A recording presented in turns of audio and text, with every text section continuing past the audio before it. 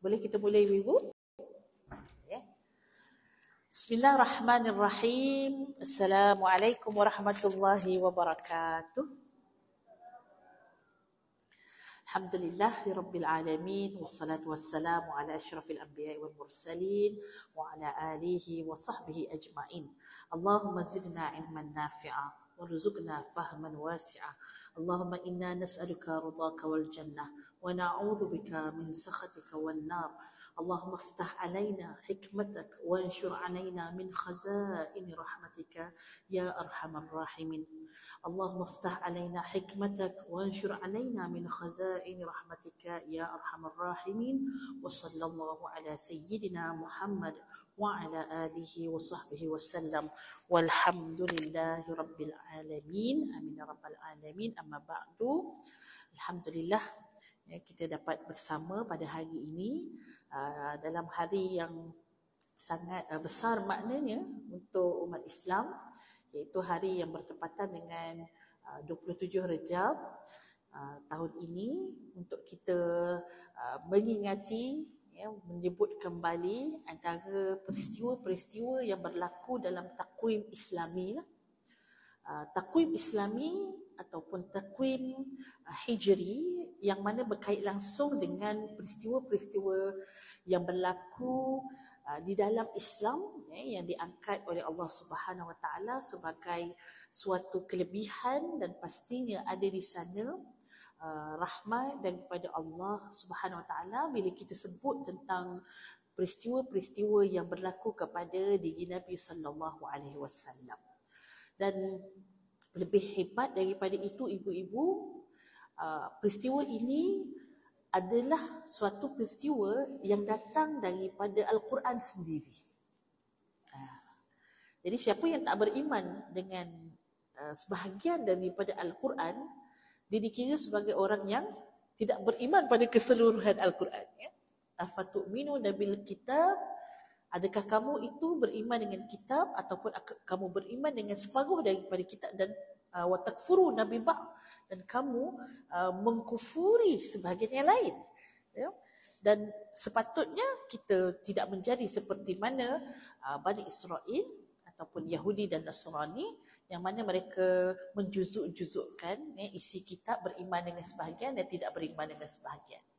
Maka kita nak jadi umat Nabi sallallahu alaihi wasallam yang beriman dengan kitab Al-Quran keseluruhannya, dan kita mesti beriman dengan apa yang dinamakan dengan Isra dan Mi'raj. Kerana Allah Subhanahu Taala merakamkan, ibu-ibu, peristiwa ini di dalam surah Al-Isra. Yang pertama, kita tengok dahulu Al-Isra. Al-Isra yang diangkat peristiwa tersebut sebagai nama surah Al-Isra, iaitu pada surah yang ke-17. Surah Al-Isra, surah yang ke-17, pada muka surat 282. Nak ambil Quran pun boleh, ibu. Ada Quran kat depan ni. Ada yang ni tak ada terjemahan. Saya kena pakai yang terjemahan. 282.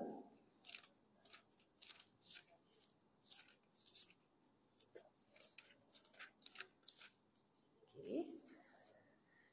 Ayat pertama. So, yang ini adalah dalil kepada peristiwa Isra. Okay. Dan kita terus buka terus, iaitu dalil kepada peristiwa Mi'raj, iaitu pada surah An-Najm. Surah An-Najm,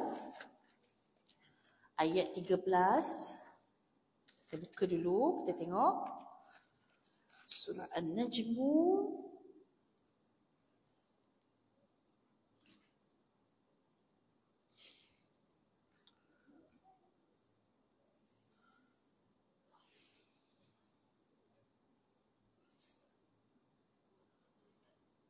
surah ke berapa? 53. Surah An-Najmu, surah 53, ayat muka surat 526. 526. Boleh tanda dulu. Yang Isra tadi itu tanda 282, dan lagi satu 526.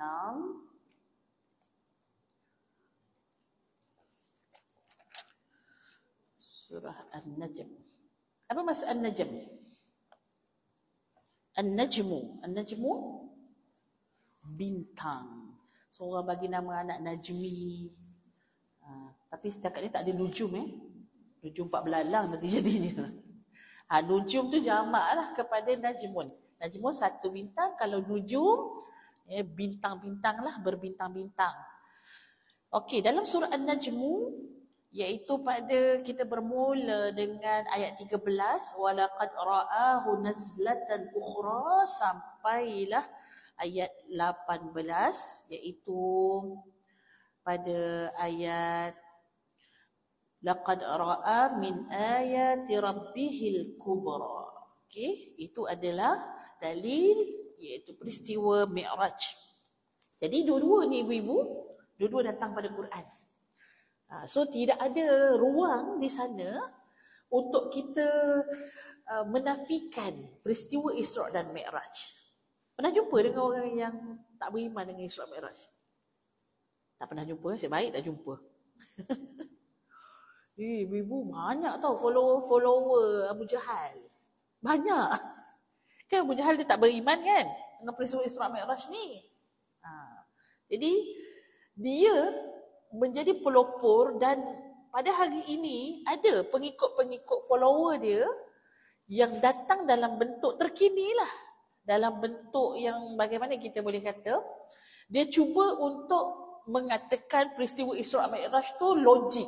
Ataupun memanglah dia kata. Sebab apa dulu orang nak pergi haji, kena 3 bulan naik kapal laut kan. Sekarang berapa lama nak pergi ke Mekah? 8 jam sampai dah kan. Kan? Kadang-kadang tak transit pun. Straight dia boleh flight terus ke sana. So, dia kata logik lah Nabi SAW boleh pergi naik ke langit satu hari. Ada logik tak ibu? Itu naik langit kah? Naik langit kan? Jangan nak kata naik langit daripada ke Mekah ke Baitul Maqdis, ke Palestin tu pun orang kata sejauh mana dah. Orang kata bila sebut nama Al-Aqsa, Masjid Al-Aqsa itu maksudnya masjid yang berada di penghujung, yang jauh daripada Mekah. Jauh benar lah. Orang kata kalau perjalanan tu berbulan-bulan makan masa, sangat jauh. Dan bagaimana boleh datang logik tersebut? Jadi mereka cuba untuk mencari di manakah logik tersebut dengan dia mengira dari sudut peredaran masa, dia kira dari sudut dia kata borak itu dijadikan daripada cahaya, betul tak?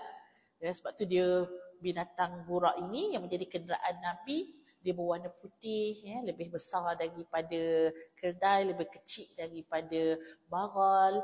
Dan bila dia sebut perkara tersebut, jadi kita kata, dia kata memanglah cahaya kan jalan laju, macam tu. Dia nak cuba cari logiknya juga, perjalanan Nabi dan juga dinaikkan Nabi ke langit.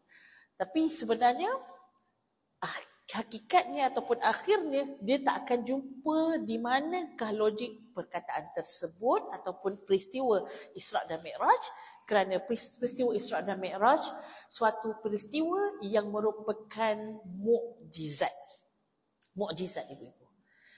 Bila sebut mukjizat, suatu perkara yang definisinya ialah suatu yang tak logik pada akal ataupun luar pada kebiasaan. Khariqul adat. Kalau adat tu berlaku dia begini, dia berlaku begini, lawan kepada adat tersebut. Barulah dinamakan sebagai mukjizat. Yang tak sama dengan kebiasaannya. Kalau dia jadi biasa, maka dia tak nama mukjizat dah ibu-ibu. Dia nama apa? Benda normal macam tu, betul tak? Jadi benda ni dia mukjizat. Mukjizat yang Allah bagi kepada Nabi SAW, suatu peristiwa yang besar, yang agung, yang dirakamkan oleh Al-Quranul Karim ditambah dengan hadis Nabi yang merupakan penguat atau menerangkan bagaimana apa yang berlaku di dalam peristiwa Isra' dan Mi'raj, dan tanda orang itu bila hari ini dia mencari-cari, dia nak dengar tentang Isra' dan Mi'raj di dalam bulan Rejab, ataupun pada hari turunnya ataupun berlakunya peristiwa Isra Mi'raj 27 Rejab, itu tanda ibu-ibu ada sedikit ketakwaan di dalam hati. Wa may yu'azzim sya'airallah fa innaha min taqwal qulub. Siapa yang membesarkan syiar-syiar Allah, this is syiar Allah. Apa itu trademark kepada agama Islam ini? Kalau kita nak cerita pasal agama Islam ni banyak kan. Nak cerita pasal solat, nak cerita pasal Quran, nak cerita pasal hebatnya para Nabi Allah. Jadi Allah angkat beberapa perkara yang menjadi lambang. Contohlah, Malaysia lambangnya apa? Lambang Malaysia ibu-ibu. Nasi lemak lah. Sebab tu, dulu KFC mana dia jual nasi lemak? McDonald mana jual nasi lemak kan? Sebab dia kat luar negara pun tak ada. Dia yang pentingnya ayam goreng ataupun kalau KFC, kalau McDonald tu burger kan. Tapi duduk Malaysia kalau tak makan nasi lemak tak jadi orang Malaysia lah. Mesti kena ada nasi lemak pagi-pagi kan. So jadi ibu-ibu, mesti ada sesuatu yang kita boleh angkat. Nak sebut makanan dalam Malaysia banyak sangat. Nasi kabul, kalau orang Melaka tu dengan asam pedas, sebanyaklah cerita. Tapi mesti ada tanda, trademark. So trademark tu paling zahir. Kalau dalam bahasa IG dia kata highlight. Ada highlight di dalam diri seseorang tersebut ataupun satu organisasi ataupun satu negara untuk dia membawa lambang kepada negara Malaysia dari sudut makanan lah. Tapi kalau syiar logo Malaysia apa? Kita punya lambang tu. Apa dia panggil lambang lah kan? Rimau tu.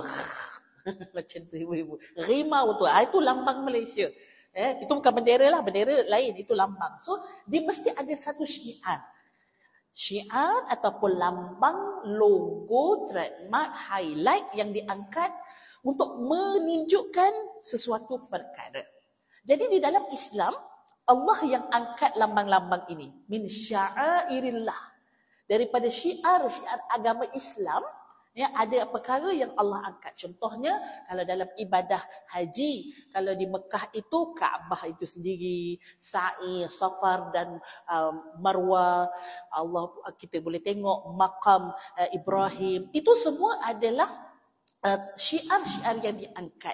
Begitu juga pada masa-masa yang diangkat, contohnya seperti Rabiul Awal, syiar agama kita, kelahiran, bermulanya kelahiran Nabi SAW. Dalam bulan Rejab ni, antaranya peristiwa Isra dan Mi'raj juga melambangkan apa? Fa innaha min taqwal qulub, menunjukkan dalam hati seseorang yang menyambut syiar-syiar Allah ini, dia ada takwa. Ada perkara yang menyebabkan dia ini rasa nak membesarkan syiar Allah, iaitu takwa itu yang menjentik hati dia. Ibu-ibu yang saya kasihi, dekat Mekah, kalau dekat tempat-tempat yang dikelilingi oleh para ulama, mereka akan mula baca kitab berkaitan Isra Mi'raj daripada 1 Rejab lagi ibu-ibu. 1 Rejab dah baca, dah buka dah buku Isra Mi'raj. Sebab dia terlalu banyak sangat perkara yang boleh kita ambil pengajaran daripadanya.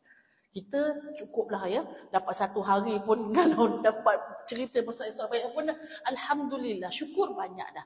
Ini tanda kebaikan ada di dalam masyarakat kita ibu-ibu. Jadi insya-Allah kita akan tengok kalau hadisnya kita ada muatkan juga dekat dalam buku Petunjuk Nabi, hadis berkaitan dengan Isra Mi'raj.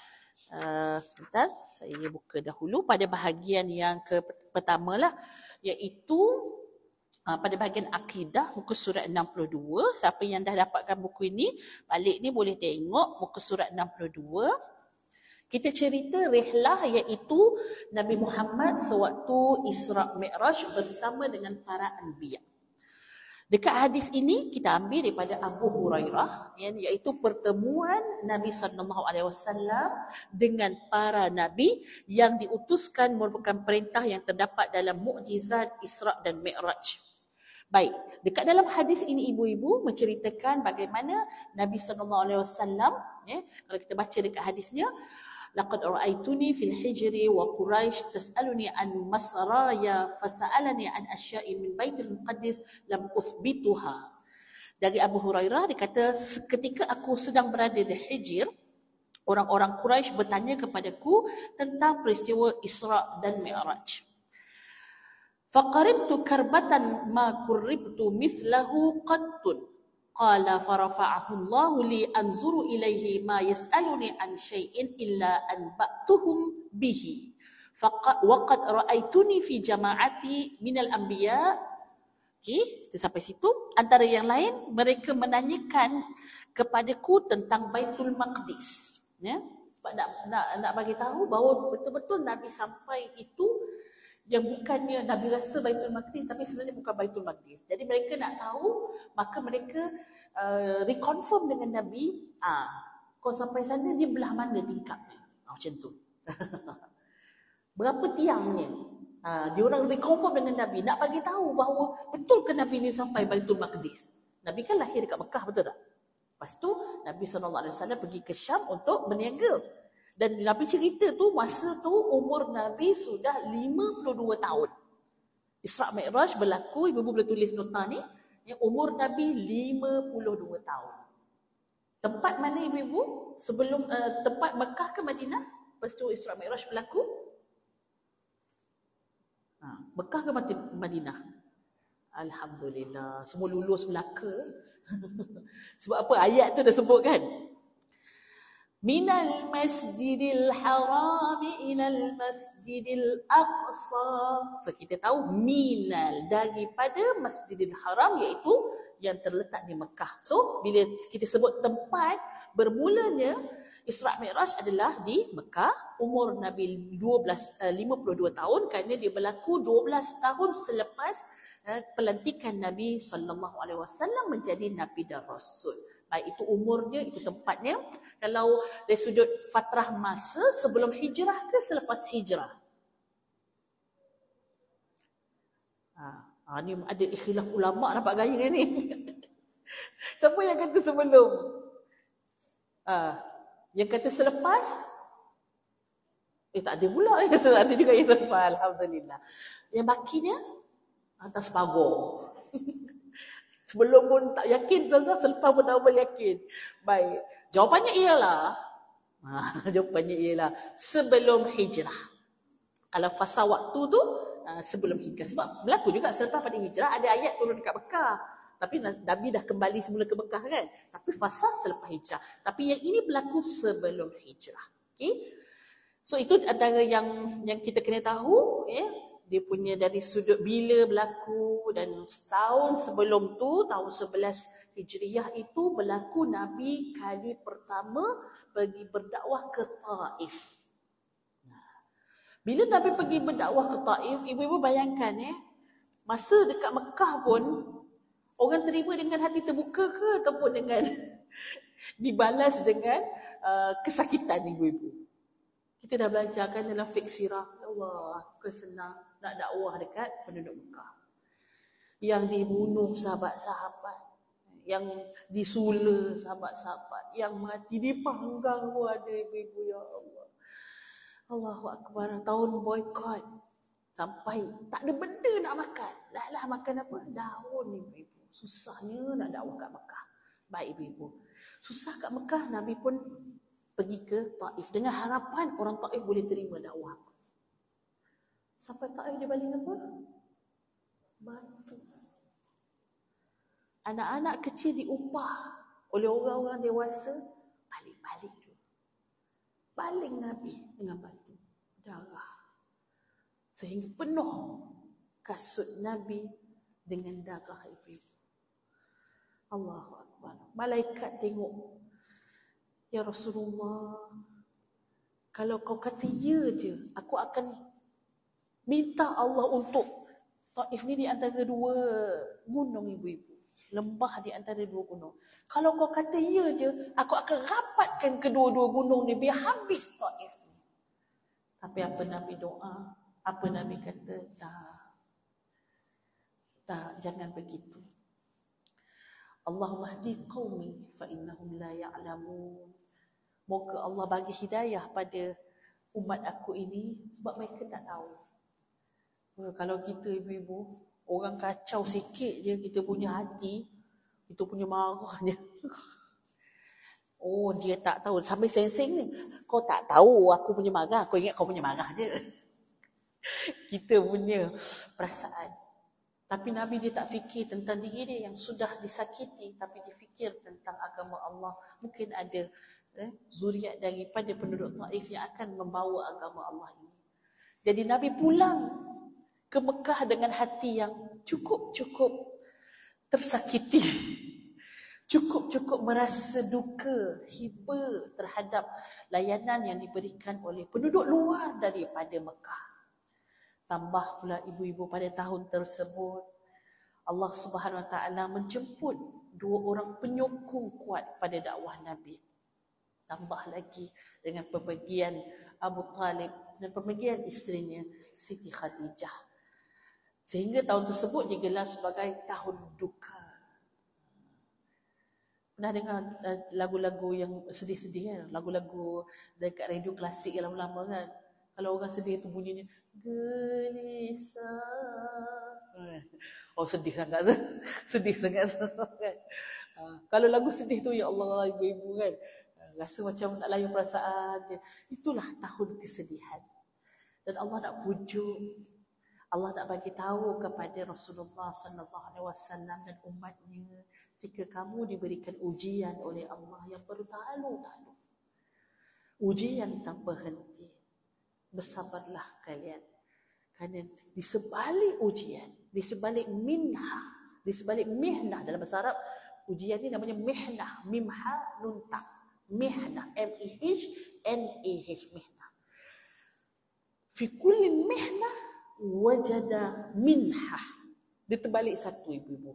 Mim nun hata, minha. Minha ni apa? Anugerah. Minha ni pemberian. Di sebalik ujian, sebenarnya Allah nak datangkan satu hadiah. Dan hadiah itu adalah peristiwa Isra dan Mi'raj. Penghibur kepada diri Nabi, sehingga Nabi SAW buat satu momentum yang selepas pada peristiwa Isra dan Mi'raj, Nabi sangat move on dengan kesedihan yang telah berlaku tadi. Nabi healing. Oh, istilah budak-budak muda pergi luar negara #healing kan. Sebab apa kan? Rupanya tengah berduka cita. Jadi pergi luar negara ni sebab nak pujuk jiwa nak sedapkan rasa. Ya, perjalanan itu memang betul. Perjalanan yang jauh boleh merawat jiwa. Bila kita lagi panjang, lagi jauh berjalan, kita rasa apa? Keluasan. Dan di sana akan menyebabkan kita, ya Allah, aku nak sedih kenapa? Kan? Banyak lagi. Ilmu Allah ni luas lagi. Bumi Allah ni luas lagi, begitu ya. Baik ibu-ibu. Dan kemudian Nabi buat suatu sumbangan, kekuatan, momentum yang Nabi dapat lepas pada Isra Mi'raj. Ada di sana hijrah, dan dekat hijrah juga di sana bermulanya kota Islam yang pertama, ya. Dan di sanalah pembukaan kota-kota Islam yang lain, dan kemudian masuk semula ke Mekah, kan, bumi asal ataupun paksi bumi itu dan ditakluk oleh Islam. Subhanallah, sangat banyak yang Allah bagi selepas pada itu, selepas daripada kesusahan. Jangan marah bila Allah uji. Bila Allah uji, tanda Allah sayang dan Allah nak bagi sesuatu selepas daripada perkara tersebut. Baik. Terus ni ibu-ibu, saya berterjemahkan dahulu dalam hadis ini. Aku sangat merasa kesulitan kerana aku tak dapat menerangkannya dengan baik. Lalu Allah memperlihatkan masjid itu kepadaku dengan jelas sehingga aku dapat menjawab segala pertanyaan mereka dengan tepat. Bila mereka cuba nak uji Nabi, ini orang yang ada syak ibu-ibu. Bila dia ada syak, dia nak kata, ya dia sampai dekat Baitul Maqdis. Mari sini aku nak uji sikit. Okey, dia punya pintu belah mana? Tangga belah mana, menghadap mana, semua dia nak tanya. Jadi Nabi SAW pergi ke sana, macam kita lah ibu-ibu, kita dah sampai dekat Mekah. Kira tak berapa tiang. Tamalah kan ibu kan, kita tak ingat benda-benda yang kita pergi sana nak ibadah kan. Bukannya kita nak kira berapa tiang tu. Tapi dia orang ni nak uji Nabi sebab tak percaya. Dia pun tanya pada Nabi, cuba masuk ke pintu mana?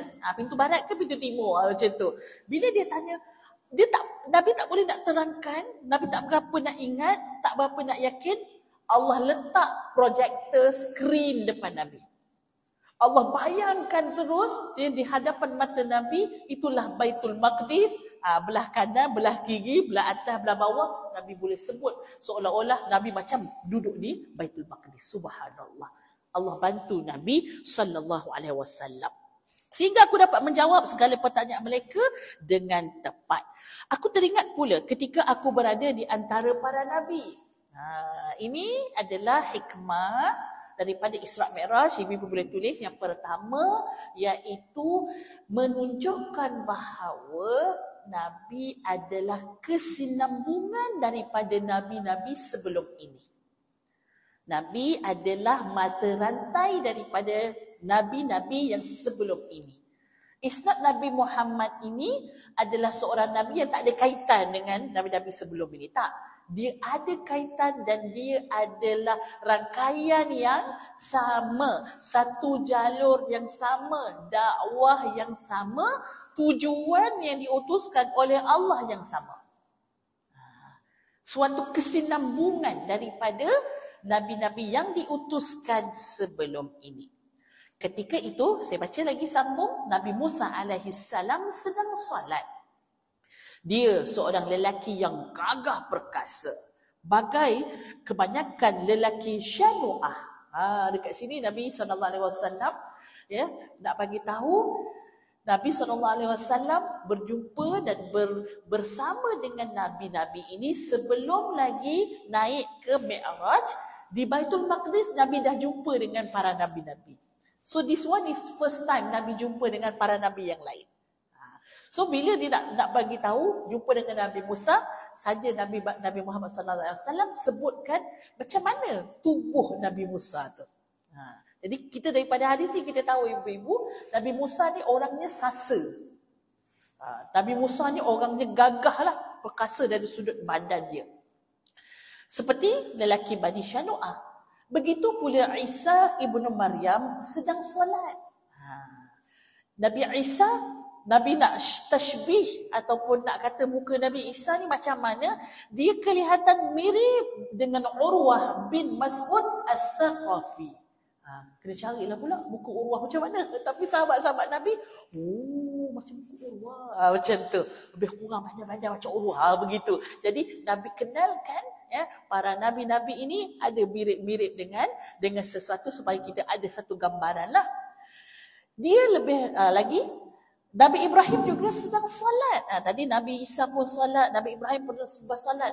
Dia lebih mirip dengan sahabatmu ini, ini diri Nabi sendiri. Bila Nabi nak menceritakan tentang Nabi Ibrahim, macam mana tubuh Nabi Ibrahim ni, dia kata, nak tahu tak Nabi Ibrahim tu macam mana? Macam aku.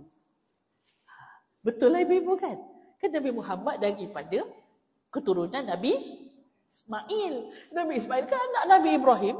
Dia punya jalur dia sama ibu-ibu. Jadi kalau nak tengok Nabi Ibrahim tu lebih kurang macam aku. Subhanallah. Ketika waktu salat telah tiba, akulah yang mengimami mereka. Aku jadi imam. Nabi-nabi lain semua jadi makmum. Selesai salat, lantas ada yang berkata, "Ya Muhammad, ini adalah malaikat penjaga neraka. Ucapkanlah salam kepadanya. Aku menoleh kepadanya, tetapi dia telah mendahuluiku dengan mengucapkan salam." Okey. Jadi inilah peristiwa yang mana berlaku sewaktu hujung Isra' itu, dan hadis ini riwayat Muslim telah menunjukkan kepada kita, iaitu mereka semua para nabi dan rasul ini adalah nabi dan rasul daripada utusan Allah. Mereka membawa dakwah kepada Allah yang sama. Dan bukti juga ibu-ibu yang kedua, ibu boleh tulis, Nabi SAW ialah Nabi Al-Qiblatain. Nabi yang mana pernah menghadap kedua-dua kiblat.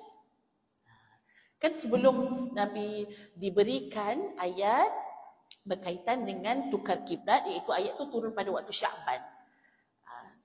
Semua umat Islam sembahyang menghadap ke Baitul Maqdis. Lepas tu baru ayat tukar kiblat menghadap ke Baitullahil Haram. Jadi Nabi SAW sembahyang di dua-dua tempat dan menunjukkan bahawa Nabi adalah Nabi Qiblatain, Nabi yang membawa yang pernah berkiblatkan di dua-dua tempat ini. Okey. Nanti boleh tengok lagi dalam hadis ini adalah bukti pencerahan, dan ada lagi banyak hadis-hadis yang lain yang menerangkan tentang Isra dan Mi'raj. Jom ibu-ibu, kita pergi kepada ayat ini, kita baca sedikit. Ayat pertama surah Al-Isra, ini bukti perjalanan Rasulullah, sehingga diangkatlah dinamakan surah itu ialah surah Al-Isra, iaitu perjalanan waktu malam. Perjalanan waktu malam dipanggil sebagai Isra. A'udzu billahi minasyaitonir rajim. Bismillahirrahmanirrahim. Subhanalladzi asra bi'abdihi lailan minal masjidil haram ilal masjidil aqsa الذي باركنا حوله لنريه من آياتنا إنه هو السميع البصير.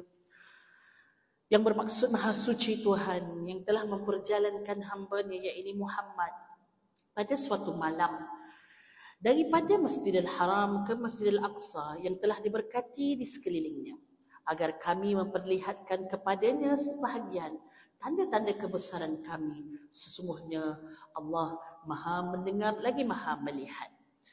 Ibu-ibu yang saya kasihkan Allah Subhanahu Wa Taala, dalam ayat ini perkara yang pertama yang perlu kita perasan dan fahami ialah subhana. Dimulakan dengan lafaz ta'ajjub. Dimulakan dengan lafaz ta'ajjub. Sama lah orang Melayu orang katakan, menakjubkan sungguh cerita tu. Kan? Ta'ajjub ni maksudnya yang menerujakan kita. Ada tak orang teruja dengan benda-benda kecil? Contohlah kan, nasi dengan sayur toge. Wah. itu nak perih ibu kan. Tapi kalau datang tak pernah makan kambing golek kan. Tiba-tiba hari ni isteri masak kambing golek kan. Kita wow lah kan. Barulah datang dia punya wow factor tu. Benda tak biasa tiba-tiba ada, barulah tahu wow. Macam tu lah ni. Kenapa tak semua ayat dimulakan dengan ta'ajub? Tapi pada ayat ini dimulakan dengan ta'ajub. Subhana. Sebab yang Allah nak cerita selepas ini benda yang sangat wow. Benda yang sangat amazing. Cakap dengan orang Inggeris. Nurul Hidayah cakap Inggeris kan. Saya tak pandai dah cakap Inggeris. Jadi bila nak cerita pasal sesuatu yang menerujakan, sesuatu yang luar biasa, Allah mulakan dengan ta'ajub. So kalau kita masih tak ta'ajub lagi dengan Isra Mi'raj, so kita something wrong ni. Kalau kita rasa biasa, Isra Mi'raj memang macam tu. Isra Mi'raj logik. Maksudnya kita tak rasa benda tu adalah suatu benda yang agung. Tapi Allah mulakan dengan lafaz ta'ajub yang bermaksud sabbahtu lillah minan nuqsan, min ayyin nuqsan. Yang bermaksud subhana, aku menyucikan Allah daripada segala bentuk kekurangan. Yang tak boleh buat benda yang hebat tu aku. Yang tak boleh buat benda yang tak logik tu aku. Sebab aku ni lemah, aku ni hamba, aku ni tak punya apa-apa. Tapi Allah boleh tak? Allah boleh. Allah Maha berkuasa. Tak ada satu benda pun yang tak logik di sisi Allah. Sehingga suatu perkara yang tak boleh masuk dekat akal kita secara rasional, tapi di sisi Allah boleh. Allah boleh mampu untuk melakukan segala sesuatu. Baik. Sebab tu kita nak rasakan perasaan teruja. Alladzi, subhanallah. Jadi Allah tadi tu diganti dengan yang apa? Kenapa nak kata Allah ini hebat? Allah ini most powerful. Sebab Allah mampu menjalankan hamba-Nya. Allazi asra bi'abdihi. Abdun. Sebut nama Nabi ke sebut pangkat Nabi? Nama pun tak sebut. Pangkat pun tak sebut, tapi Allah sebut, iaitu hakikatnya yang paling tinggi seseorang itu bila dia mampu untuk menjadi hamba Allah. Seseorang itu sangat mulia tak kala dia boleh menjadi hamba Allah. Ya, pangkat Nabi banyak, boleh juga nak sebut nama bi Muhammad ataupun bi Rasulihi, bin Nabihi, boleh. Tapi Allah sebut satu perkara ini iaitu hamba. Ya, tak kala Allah menjalankan hambanya. So orang kalau jadi hamba duit teruk, jadi hamba kerja teruk, jadi hamba nafsu lagi teruk, jadi hamba dunia pun teruk. Tapi bila orang jadi hamba Allah, ini bagus. Orang taat kepada Allah, ini orang yang bagus. Laila, iaitu malam. Ya, pada waktu malam. Minal Masjidil Haram, baik kita pergi kepada tempatnya lah, tempatnya Masjidil Haram ke Masjidil Aqsa. Baik, Masjidil Haram di Mekah, Masjidil Aqsa di, alhamdulillah, saya takut ada yang sebut Israel tadi. Sifai tak sebut Israel. Sebab dalam peta memang tak ada Palestin dah, ibu. Kita tak apa, anak-anak kita. Betul tak? Anak-anak kita tengok peta. Mak, ni cerita-cerita Isra' Mi'raj ni nak tahu juga mak. Yang kata allazi barakna haulahu tu, Masjidil Aqsa tu dekat mana? Anak kita pun buka peta. Buka peta. Mana dekat ni? Palestin tak ada. Yang ada apa? Israel. Mungkin akan timbul ibu-ibu dekat anak kita, mulut dia begitu. Israel, Palestin telah dibuang di dalam peta. Dalam peta tak ada. Tapi kalau cari tu, dia keluar di sana lah. Tapi namanya tu. Ibu-ibu. Ya? Negara haram Israel. Baik. Di Palestin. Dahulu, ya, memang tak ada nama Palestin, Syria, Jordan, ni tak adalah. Dia panggil semua ini adalah bumi Syam. Bumi Syam. Jadi bumi Syam ini memang negara yang berkat. Ya, bumi Syam ini negara yang paling banyak ada diturunkan para nabi dan rasul. Ibu-ibu kalau tengok, kita bagi peta pada nabi-nabi ni. Contoh kita ambil kepada Nabi yang turun di Mekah, Madinah dan Arab Saudi lah. Sekarang ni Arab Saudi. Tak banyak ibu-ibu. Nabi Muhammad, 3 nama je. Nabi Adam pernah sampai bertemu dengan Sayyidatina Hawa di Padang Arafah. Kemudian Nabi Ismail, Nabi Ibrahim pun pernah sampai ke Mekah, Madinah lah. Mekah lah. Baik. Nabi yang diturunkan di Iraq pun tak banyak, pendek je senarai nama, iaitu Nabi Ibrahim. Sebab dia Babil kan, kota Babil tu Nabi Ibrahim.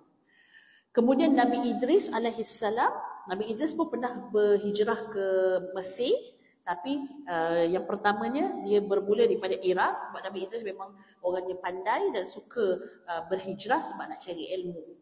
Seterusnya Nabi Nuh alaihissalam. Nabi Nuh juga di Babil ataupun Iraq. Nombor tiga iaitu Mesir. Mesir pun tak banyak ibu-ibu. Mesir, Nabi Musa, Nabi Harun, Nabi Yusuf. Jordan, Nabi Lut. Syria, Nabi Ayub. Dan yang paling banyak tengok berderet. Berderet ni Nabi Ibrahim, Nabi Ishak, Nabi Ismail, Nabi Yaqub, Nabi Yusuf, Nabi Zulkifli, Nabi Zakaria, Nabi Daud, Nabi Sulaiman, Nabi Yahya, Nabi Isa. Semuanya dekat mana? Baitul Maqdis. Iaitu di Masjidil Aqsa. So inilah tempat paling ramai Nabi. So bumi itu sangat berkat ibu-ibu. Bumi yang mana ada Nabi, yang mana memegang jasad Nabi yang sudah wafat. Bumi-bumi itu sangat berkat. Ya? Jadi sebab itu kita rasa umat Islam masih rasa ada benda tak settle. Ada benda tak settle. Ibu-ibu pernah tengok tak? Jubah luar jubah yang dia warna, kalau sekarang ni warna hitam kan? Lepas tu dia warna hitam, lepas tu tengah-tengah tu dia akan kadang-kadang terbuka. Tengok macam raja-raja pakai kan? Ibu-ibu tahu tak? Jubah tu dulunya adalah warna putih. Dia adalah warna putih. Menandakan umat Islam ni sukakan kesucian, sukakan fitrah umat Islam ni. Islam ni adalah fitrah, iaitu suci bersih. Tapi selepas Masjidil Aqsa hilang daripada tangan umat Islam, jubah putih itu diganti dengan jubah hitam, tanda kita sedang berkabung itu. Kita berkabung atas kesedihan masjid kita, rumah kita, rumah para anbiya kita dulu. Kita punya, tapi sudah dikontrol oleh Yahudi, oleh Zionis. Ini kesedihan yang kita masih berhutang. Dan semua kita akan ditanya, kau buat apa? Apa yang kita buat? Kita pernah tak doa? Ya Allah, tolong bebaskan Masjid Al-Aqsa, ya Allah. Itu paling kurang kita boleh buat, ibu-ibu. Kita membantu orang memahami kenapa kita kena membela Masjid Al-Aqsa. Dalam peristiwa Isra' dan Mi'raj, dekat mana Masjid Al-Aqsa? Kita nak tahu, ibu-ibu.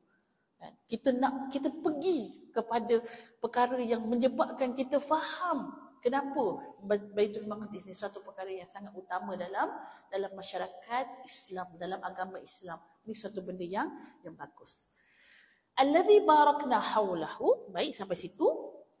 Linuriyahu min ayatina, untuk kami memperlihatkan kepadanya kebesaran-kebesaran kami.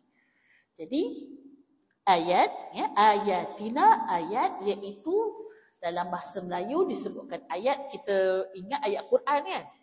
Di ayat, maksud ayat itu sendiri ialah kebesaran ataupun tanda kehebatan.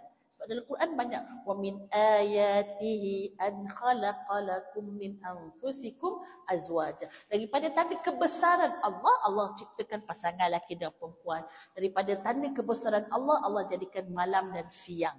Tanda kebesaran Allah, ayat. Jadi ayat Quran juga adalah tanda kebesaran Allah.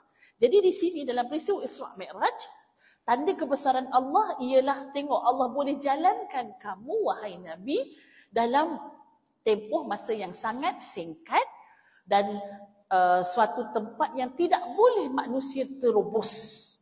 Ibu percaya ke Syekh Muzaffar sampai ke bulan? Percaya? Percaya. Saya mengambil perkataan daripada Syekh Mutawalli Sya'rawi, seorang pakar tafsir yang telah pun kembali ke rahmatullah. Saya sampai ke Mesir 2002 ke 2004. Sorry, saya sampai ke Mesir 2004, dia meninggal 2002. Tapi masih kuat lagi lah dia punya tempat dia. Saya sempat melawat tempat dia, tempat markas dia. Dan kalau pergi ke pameran buku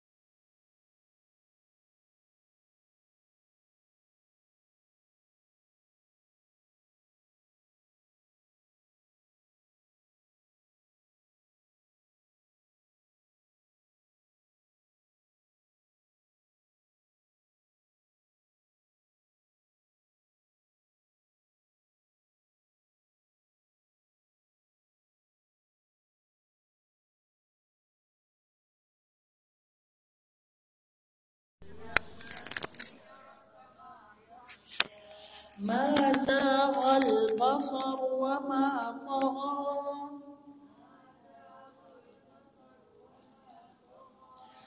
لقد رأى من آيات ربه الكبرى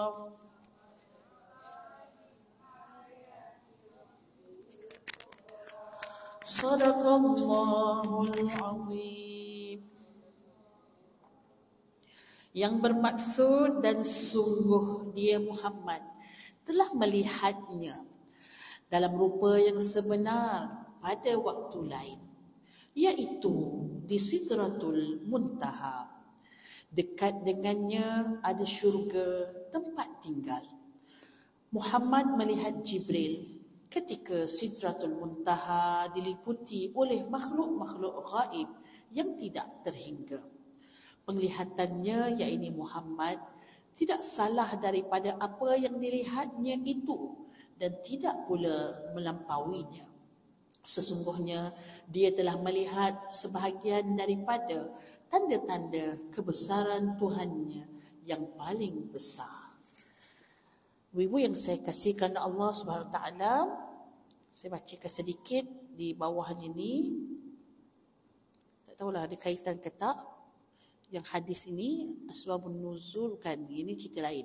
Okey, Sidratul Muntaha nota kaki saja yang ada, iaitu tempat yang paling atas daripada langit yang ketujuh yang telah dikunjungi oleh Nabi ketika Mi'raj. Okey. Baik. Dalam ayat ini kita boleh melihat beberapa perkara, iaitu Allah Subhanahu Wa Taala menjemput Nabi sallallahu alaihi wasallam naik ke langit. Okey. Walaqad ra'ahu nazlatan ukhra. Dan Nabi sallallahu alaihi wasallam melihat Allah dengan rupa yang sebenar. Namun bagaimana rupanya? Yang itu akal kita tak sampai, ibu-ibu. Akal kita tak boleh nak fikir sampai macam tu sekali. Dia terlalu hebat.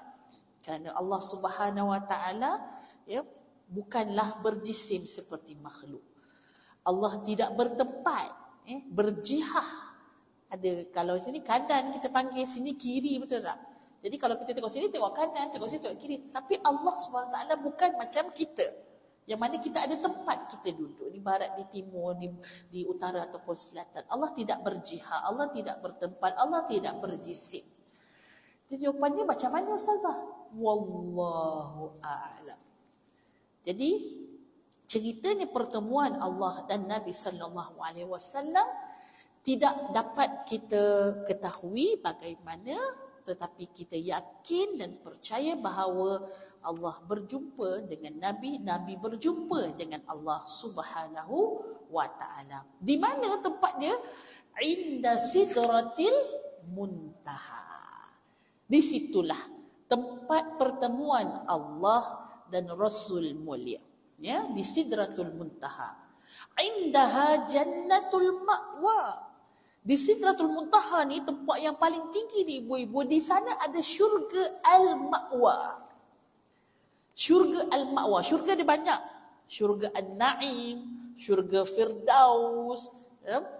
Syurga ini setiap satunya ada bentuk-bentuk ganjaran yang Allah berikan kepada hamba-hambanya. Syurga Ma'wa ialah tempat para syuhada, ibu-ibu. Masya Allah. Kan para syuhada ni tinggi, Allah bagi, Allah. Hai. Macam mana cantik ni? Ada Ma'wa. Ma'wa. Nama acik memang Ma'wa. Masya Allah. Bukan Ma'wa. Ma'wa jadi lain pula. Ma'wa, Masya Allah. Pandai orang dulu bagi nama anak, tengok bagi nama anak Ma'wa kan. Rupanya doa. Mudah-mudahan jadi penghuni Al-Ma'wa kan. Allahu Akbar. Sidratul Muntaha indaha Jannatul Ma'wa. Ma'wa juga tempat orang-orang saleh akan dikumpulkan di dalamnya. Syuhada, orang saleh. Allahumma ja'alna minhum. Ya Allah, jadikanlah kami juga sebagai penghuni-penghuni syurga Ma'wa. Amin ya rabbal alamin. Allahu Akbar. Ibu-ibu yang saya kasihi kerana Allah Subhanahu Wa Taala, betapa indahnya hiburan yang Allah berikan pada Nabi. Kita baru dapat pergi Paris, dah rasa healing dah kan. Nabi Allah bawa ke syurga. Nabi Allah bawa melihat apa yang ada di neraka, apa yang ada di syurga. Ya Allah, sangat-sangat seronok hiburan yang Allah berikan pada Nabi. Rawat segala duka-duka, luka-luka Nabi semua telah dirawat dengan Isra Mi'raj. Idh yaghsha sidrata ma yaghsha. Ayat 16, Nabi Muhammad melihat Jibril. Sebenarnya dia tak ada sebut pun kat situ Jibril, betul tak? Ya. Idh yaghsha sidrata ma yaghsha. Ayat 16, Nabi Muhammad ketika di Sidratul Muntaha diliputi oleh makhluk-makhluk gaib yang tidak terhingga. Ya, suatu perkara yang tak boleh kita nak bayangkan. Bagaimana penuhnya Sidratul Muntaha itu dengan makhluk-makhluk Allah, dengan pemandangan yang kita tak boleh nak bayangkan. Sebab tu disebut sebagai suatu perkara yang gaib yang kita tak tahu. Ma zaghal basaru wa ma tagha. Ayat 17, penglihatan. Al-basar iaitu penglihatan. Basaru, penglihatan. So penglihatan Nabi tidak salah. Nabi tidak memandang sesuatu itu dengan mazara. Orang kata macam tercari-cari, macam tu tak. Jadi Nabi memang melihat dengan mata Nabi. Subhanallah. Kita nak tengok matahari, ibu-ibu. Saya pagi tadi bukan keluar awal, daripada pukul 7.30 dah keluar. Lepas tu matahari naik kan. Pergi pula ke belah-belah Semenyih sana tu. Jadi matahari naik tu, saya dengan Ustaz cepat-cepat turun kan yang tempat tu kan, silau. Memang tak boleh nak tengok, betul tak? Tak boleh nak tengok, sakit, mata kita sakit. Itu baru makhluk Allah yang ada dekat bumi, dekat dunia ni ibu-ibu. Pun kita tak boleh tengok straight. Macam mana dengan pencipta matahari? Jadi Nabi bukannya tercari-cari, Nabi lihat. Nabi tidak terpaling matanya, pandangan matanya belah mana, tidak. Nabi diberikan nikmat untuk melihat Allah Subhanahu Wa Taala. Nak kata ibu-ibu, nikmat melihat Allah ini suatu perkara yang boleh terjadi. Tapi kena masuk syurga dulu. Jangan minta nak tengok Allah sekarang. Kena masuk syurga dulu. Dan bukan semua pun ahli syurga dapat tengok Allah. Tak semua. Dan nikmat yang paling nikmat di dalam syurga itu ialah apabila dapat melihat wajah Allah. Jadi benda tu dibincangkan oleh para ulama, logik tak? Dia termasuk benda mustahil ataupun tidak? Ya, Nabi SAW sebab Allah jemput dan boleh lihat. Dan manusia juga ada orang yang diberikan rezeki harus akan berlaku, tapi bukan di dunia, tapi di syurga. Dan bukan semua orang yang diberi rezeki oleh Allah. Wa ma tagha, dan tidak pula melampauinya. Maksudnya Nabi memang nampak dengan mata kepala Nabi. Laqad ra'a min ayati rabbihil kubra. Dan itulah tanda-tanda Nabi dapat melihat tanda-tanda kebesaran Allah yang sangat besar. Pelbagai peristiwa dalam Mi'raj yang juga menunjukkan kepada kita bahawa di sana yang Nabi cerita tentang syurga neraka memang ada. Tentang balasan dan ganjaran memang ada. Telah diperlihatkan untuk Nabi dan Nabi kembali ke bumi untuk bagi peringatan kepada kita semua. Jangan main-main. Yang aku cerita ni betul. Dah nampak dah. Susah je lah penduduk neraka tu. Seksa. Yang nak beramallah rajin-rajin sikit. Seronok dapat masuk syurga. Wah. Dapat nikmat yang tak apa henti-henti. Tak putus nikmat dalam syurga. Sahabat-sahabat yang saya kasihkan Allah SWT, ibu-ibu yang saya kasihkan Allah Ta'ala, yang tadi yang pertama, apa yang kita dapat angkat daripada peristiwa Isra Mi'raj, kita dah recap dah ni sikit lagi, hujungnya. Tentu yang pertama iaitu peristiwa Isra Mi'raj adalah bukti Nabi adalah Nabi kesinambungan kepada Nabi sebelum ni. Nombor dua, bukti Isra Mi'raj ialah Nabi adalah penghulu kepada Nabi-Nabi dan Rasul-Rasul. Buktinya Nabi menjadi imam di hadapan dan mengimamkan semua Nabi dan Rasul yang lain. Nombor tiga, Nabi SAW diberikan perintah salat. Perintah salat sangat special berbanding dengan perintah-perintah yang lain. Sebab perintah yang lain Nabi dapat melalui Malaikat Jibril. Dan Malaikat Jibril menjadi wasilah ataupun medium untuk mendapat wahyu tersebut. Tapi perintah salat tidak. Nabi jumpa terus dengan Allah untuk dapat perintah salat. Jadi perintah salat, ibadah salat, seolah-olah bila kita salat ibu-ibu, itu adalah pertemuan kita dengan Allah. Mi'raj kita dengan Allah. Tapi mi'raj kita dengan Allah adalah dengan rauhani kita lah. Nabi mi'raj di dalam rohani dengan jasmani sekali. So kita merasai bahawa inilah pertemuan aku dengan Allah Subhanahu wa Ta'ala.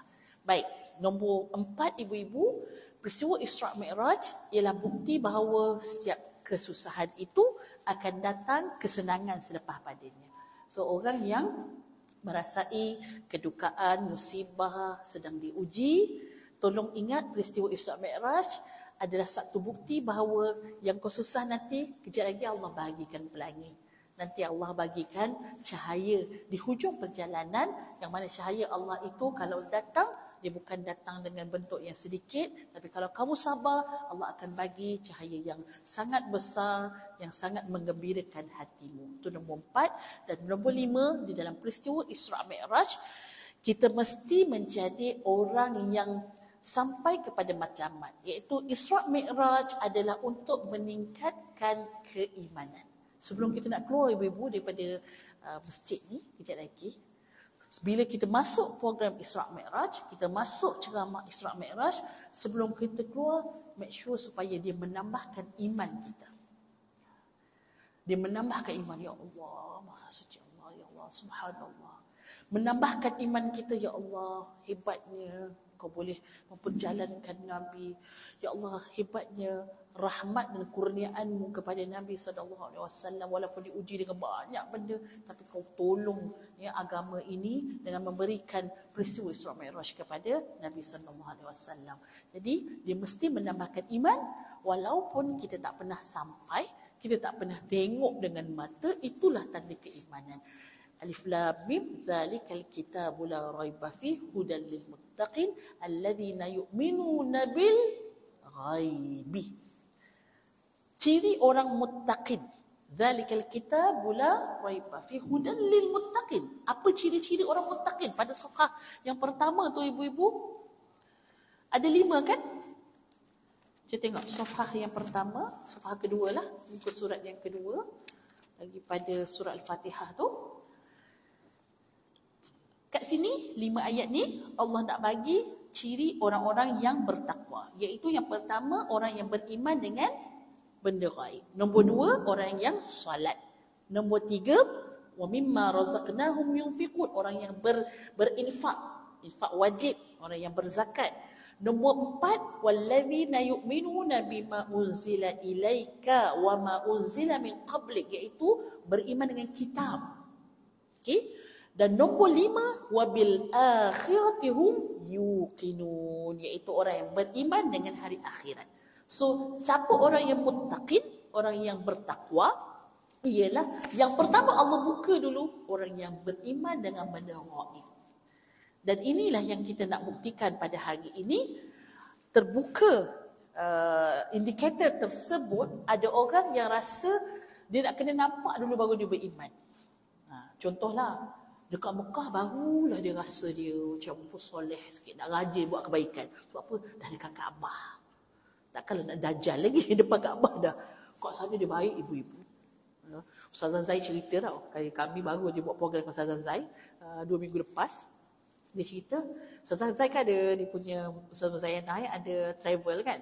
Al-Fawwas Travel, dia kata kalau dekat Mekah tu, kalau apa tu nama dia, macam coklat-coklat pun dah sibuk tanya dah, Ustazah dah boleh mandi wajib belum?